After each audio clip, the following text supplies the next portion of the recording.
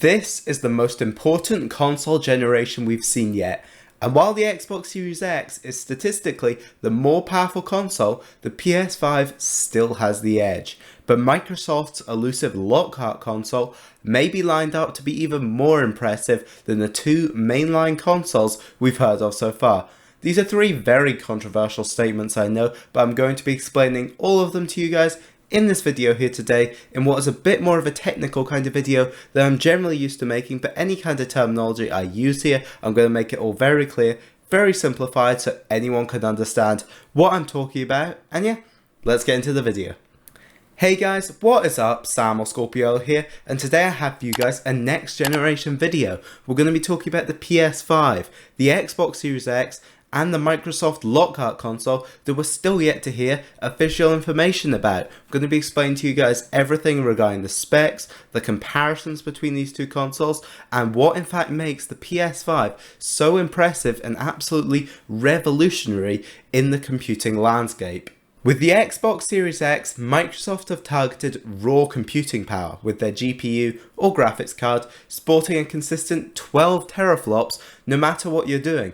Now this is an important term to become familiar with, teraflops, and I'm sure you've seen it thrown around a ton when it comes to these new consoles, and I'm going to explain it briefly to you guys. Basically, what makes a computer tick and what makes it faster is being able to perform a high number of calculations or sums in a single second, since the entire basis of computing is maths and performing sums constantly. So basically, the more sums it can perform in a second, the faster it's going to be. And this term teraflop refers to the number of million calculations it can do in a single second, which is basically a hell of a lot. This number is double that of the Xbox One X and about 8 times that of the base Xbox One.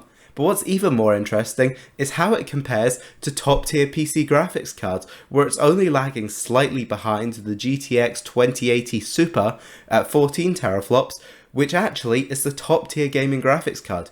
This shows that the Xbox One X is an extremely powerful console and a force to be reckoned with. Meanwhile, the PS5 is actually lagging a little behind at a much lower 10.3, however will typically operate even lower at around the 9 teraflops mark, and that little 1.3 extra there is held as a bit of a reserve, so that say you're in a particularly intense scene and it's struggling to render it, it can access that extra 1.3 to get the job done, and it basically saves on power consumption so you're not constantly using more power than you need to, but you just have that little extra boost there in case it's needed. The big difference here, and what makes the PS5 so clever, is that games for the PS5 will actually be optimized and built to run on this slightly less powerful system of only 9 teraflops, where Xbox games will be optimized to run at that full 12, which granted does make things a little easier for developers.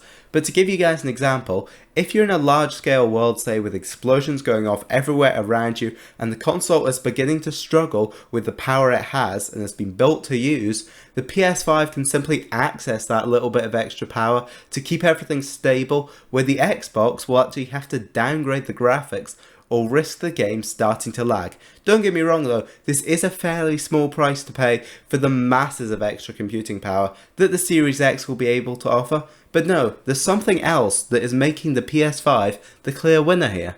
And that factor, believe it or not, is storage. And I can tell you're already commenting here, tell me I'm wrong because the Xbox Series X holds 1TB, where the PS5 holds an oddly rounded all about 825GB. But that's not what I'm talking about. Both of these consoles are fitted with SSDs, or solid state drives, a significantly faster storage solution than a hard disk. But the hardware Sony have fitted in there is simply revolutionary, not just for consoles, but for computing in general. An SSD as fast as those found in the PS5 hasn't even been seen on PCs yet, and that is what makes this absolutely insane. For years, PC has been the top tier thing. It has been the revolutionary thing, where consoles are this little kind of insignificant, dumbed down gaming PC, but now they're actually changing the playing field here. The PS5's SSD sits at a whopping 5.5 gigabytes per second speed, while the Xbox Series X sits at only 2.4.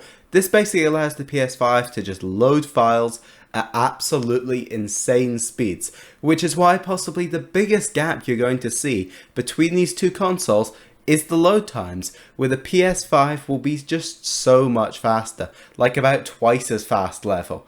It also means that if they do decide to bring back the copying feature from PS4, which is actually designed to prevent whole games from corrupting, in the case you never knew that, well, even if that's present in these consoles, it's not going to matter because this process would be a matter of seconds, not minutes or hours, as we've seen a lot within the PS4 on some updates for bigger titles. This is all round by far the most important console generation yet. In every previous generation, we've simply been looking at consoles which are basically built up of out-of-date PC parts that are years behind where that market was at the time it came for those consoles to launch. But this is the first time we can actually look at our new generation and legitimately be seeing consoles containing revolutionary technology that are on par with where PC gaming is currently at. So the bottom line here is that yes, the Xbox is by far the most powerful console ever made, and that's awesome. But the PS5 is by far the smartest.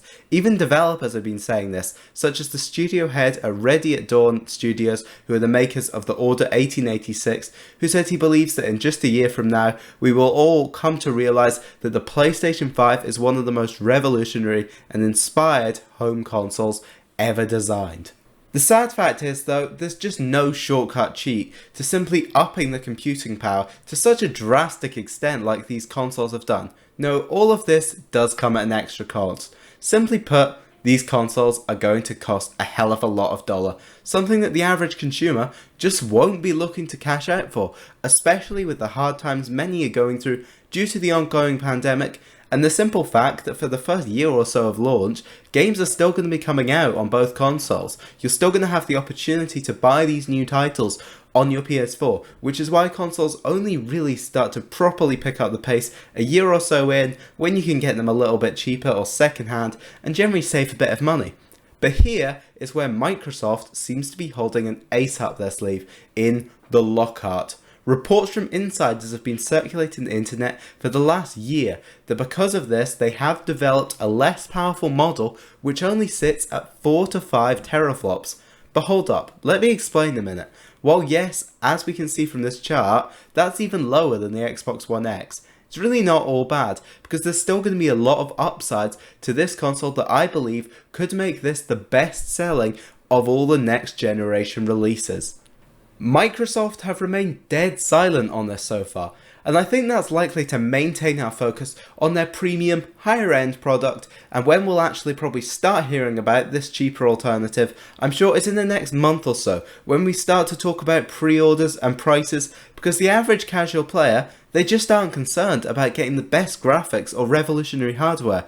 What they simply want is to be able to experience the new titles, play with their friends, and most importantly, not empty their bank account, something that for a while they'll be able to continue to do on their current consoles.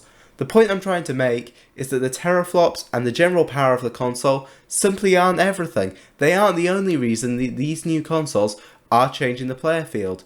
Just because these new consoles hold double the raw processing power of our console generation, that isn't what actually makes these so impressive. It's how they utilize that power that makes them so impressive. Features like Sony fitting a rapid storage device into their consoles take full advantage of that, and while the Series X doesn't feature that super powered SSD, it does feature one that is a hell of a lot faster than what you will have seen in the Xbox One, and it does also have a brand new feature that will actually filter through the textures that the game is trying to load to ensure that it is only loading the ones that are absolutely needed at the current time. And this is why when you look at the Lockhart console when it's announced, don't focus on that low teraflop count, because the other aspects of the technology behind this will significantly allow it to take better advantage of that power to deliver still significantly better graphics, consistent frame rates, and at a lower cost. These will still be better than the last generation, even although those teraflops are looking a little bit lower. These consoles aren't about showing off unheard of levels of insane graphical quality, because there's only so far graphics can really go, and that's what the current generation was all about, pushing visuals to the absolute limits. What these new consoles are about is doing things faster and more consistently than we've ever seen done before, which is why this is possibly the most excited I've ever been for a console generation. Ultimately, the faster console is exactly what the PS5 is because of that SSD and all of the massive features that they're packing into it. And while it is carrying less raw power, it is still the superior console. But I just want to end this on a note of telling you guys to buy whatever console looks right for you. Buy the console with the exclusive you most want to play and where your friends are, but even that is starting to matter less and less as crossplay is becoming increasingly widespread. Anyways, that's going to bring to a close my incredibly nerdy console chat. If you couldn't tell already, I'm currently studying computer science at university, so stuff like this really is my passion and what drives me. If you want to see more content like this on the channel in the future, then be sure to let me know down in the comments below.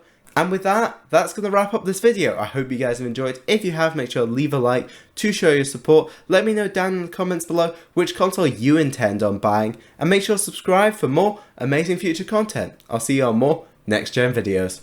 Bye!